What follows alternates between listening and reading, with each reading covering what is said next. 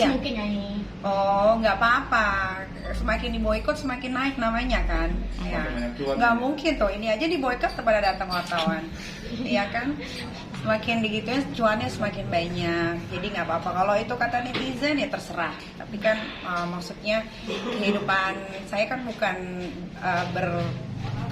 berpaku tangan sama netizen. Jadi apapun yang mereka lakukan terserah. Boikot itu tidak akan mempan di Indonesia kecuali saya melakukan kriminal, kejahatan, membunuh, mencuri, menipu, video sure. Kan keempat itu nggak ada. Gitu. Katanya menurut Iya, kayaknya enggak deh. Kalau menebar kebencian itu kan kata orang kan. Kan kalian tahu apa aja yang udah aku lakukan yang terbaik untuk masyarakat Indonesia. Itu palingan yang bikin orang-orang nggak mampu kan. Iya, jadi untuk apa kita melawan orang yang jauh di bawah kita gitu, buang-buang waktu. Jadi biarkan aja mereka bersenang-senang dengan apa yang mereka lakukan gitu. Yang penting kan gue masih bisa terus berkarya, masih bisa bekerja, ngurus anak, cari duit, itu udah cukup. Malah tambah banyak program di TV. Kan bukan yang diboikot, perasaan banyak deh. Ayu Ting Ting pernah diboikot juga kan. Bahkan Ayu Ting Ting malah sekarang makin naik gitu. Jadi makanya jangan bikin kalian itu jadi penyakit hati gitu. Kalau jadi penyakit hati begitu, jadi akan apa yang dilakukan pasti akan selalu salah gitu. Sampai akhirnya nanti kehidupan kalian tidak pedulikan lagi udah makan atau belum, udah beli token atau belum, ya kan, bisa menyokolain anak dengan baik atau enggak, kontrakan udah dibayar atau belum, untuk apa. Tambah naik mungkin tambah kepo kali sama apa yang mau gue lakukan selanjutnya gitu. Tapi kan harus digaris bawahi ya, apa yang gue katakan itu adalah semua kebenaran. Kalau itu kebohongan, gue udah dilaporin polisi dari kemarin deh kayaknya. Kalau yang gue bilang dia suka clubbing, mabok-mabokan, perokok dan lain sebagainya, kalau memang itu tidak nyata ya laporkan aja, kan kantor polisi banyak. Kalau itu satu fitnahan ya gitu. Kalau gue nggak pernah, kalau ada yang bilang nih kita demen buka aib sama buka kebenaran, itu jauh berbeda. Karena segala sesuatu di Indonesia ini kan harus diluruskan. Kadang-kadang orang cepet banget nih yang namanya percaya sama apa yang mereka lihat di sosial media, padahal mereka tidak tahu kehidupan sebenarnya, sifat asli orangnya bagaimana. Ya kalau mau terima syukur, nggak mau terima ya nggak ada masalah gitu. Kalau udah diseriusin pasti nanti langsung DM nangis gitu, minta maaf. Ya dilihat juga sih latar belakangnya. Kalau yang kemarin kan memang dari keluarga yang kurang mampu, ibunya juga apa namanya, kalau kayak apa sih namanya, lagi di ladang tuh ngapain tuh ya, petani kayak gitu. Jadi ya dengan dia berminta maaf sama dia mengakui kesalahannya sih, buat gue sih udah cukup, nggak usah diperpanjang. di Medan ini? Oh ya, di Medan ini ya nanti minggu depan kalau nggak salah di hari Selasa atau Rabu gitu udah bekerja sama juga sama pihak kepolisian sana untuk ke Medan. Jadi memang ada haters yang harus, kalau dia nantangin ya memang kita harus tunjukin bahwa tidak bisa semena-mena seperti itu gitu. Berarti memang akan terbang ke Medan ya? Oh iya, karena kan negara ini kan negara hukum gitu. Jadi apapun yang dilakukan ya harus bisa terima konsekuensinya. Udah mengantongi datanya yang Sudah, kalau nyari data tuh gampang sebetulnya di Indonesia. Apalagi kalau udah mulai buat sayembara. Oh, semua orang mau sayembara. Apalagi dikasihnya 10 juta. Saudaranya sendiri bahkan yang ngasih gitu. Jadi untuk nyari orang tuh sebetulnya di Indonesia nih cukup lumayan mudah sih. Yang penting kalian punya uang, pasti data bakal dapet deh.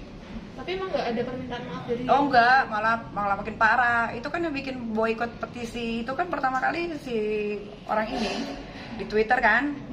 Ya makanya jadi besar. Biasalah kalau orang Indonesia itu kan seneng dikompor-komporin. Jadi kalau gue jujur ya, gue mah nggak ada pusingin sama sekali. Malah gue anggap mereka tuh lucu gitu. Membenci tanpa mengenal itu kan luar biasa menguras tenaga gitu. Jadi untuk apa dipeduliin? Nih, lo kan pernah bilang udah biasa dibully gitu. Tapi akhirnya lo sesekali juga ditindak gitu. Maksudnya yang yang menurut lo keluar batas itu yang seperti apa sih? Keluar batas itu kalau menyangkut anak almarhum dibawa-bawa. Kalau kan gue udah sering bilang kalau mau bully aja individualnya, jangan melenceng ke yang lain-lain gitu. Dan gue tidak akan ladenin orang yang pakai akun fake, gue akan ladenin orang yang pakai akun real. Gue mau tahu seberani apa dia gitu. Walaupun ketemu di Medan nanti apa jika si oknum ini meminta maaf atau gimana? Oh enggak, kalau yang itu memang akan diproses karena ada illegal aksesnya. Jadi memang waktu itu saya sempat nge-DM dia, tapi sama dia diposting kan. Memposting itu harus minta izin salah satu pihak. Kalau satu pihak yang tidak terima, itu bisa dikasusin. Padahal saya udah bilang baik-baik, kamu nanti kena illegal access loh. Malah dia yang ya nantangin gitu. Tapi ya bagus juga sih maksudnya. Tapi agak sedih juga setelah saya tahu keluarganya, ternyata dia juga bukan keluarga mampu. Mungkin karena hiporia karena ngefans sama satu anak yang katanya anak kecil ini, jadi lupa akan segala-galanya, itu biasa sih. Ini artinya kan kalian juga sama Adam Denny pun sambil di story sering repost. Yes. Ya kalau gue nge-repost itu hal biasa sih gitu. Yang penting apa yang gue lakukan, apa yang gue repost itu make sense sama apa yang terjadi, akan gue repost gitu. Dan kebetulan kalau Denny itu kan memang gue kenal dari lama ya. Dia tuh selalu tahu aja, dia tuh diibaratkan tuh kalau sama orang-orang adalah Nikita Mirzani versi cowoknya gitu. Jadi kalau dia sudah speak up atau dia sudah memposting segala sesuatu, itu pasti sudah dia cari tahu gitu. Begitupun gue. Aku mau beri pelajaran dengan si bocah itu.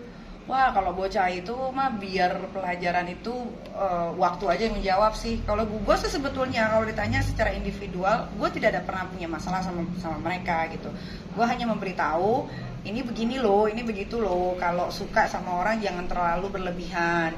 Kalau mau bantu jangan terlalu fokus sama satu orang. Karena memang gue tahu banget kalau rezeki itu sudah Tuhan yang atur. Tapi maksudnya kita harus buka mata dan buka hati bahwa di luar ini juga masih banyak loh anak-anak yang harus dibantu gitu. Bahkan ada yang penderita kanker, yang bapak mamanya cuman penyapu jalanan gitu, itu kan juga harus dibantu gitu.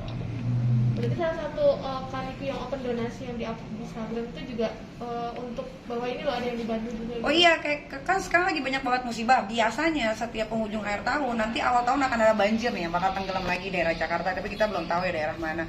Ya itu kan memang harus dibantu gitu. Orang kehilangan tempat tinggal, ada yang sakit sampai meninggal, apalagi gunung erupsi kemarin di Semeru. Kenapa kita cuma fokus sama satu orang yang anak selebriti gitu?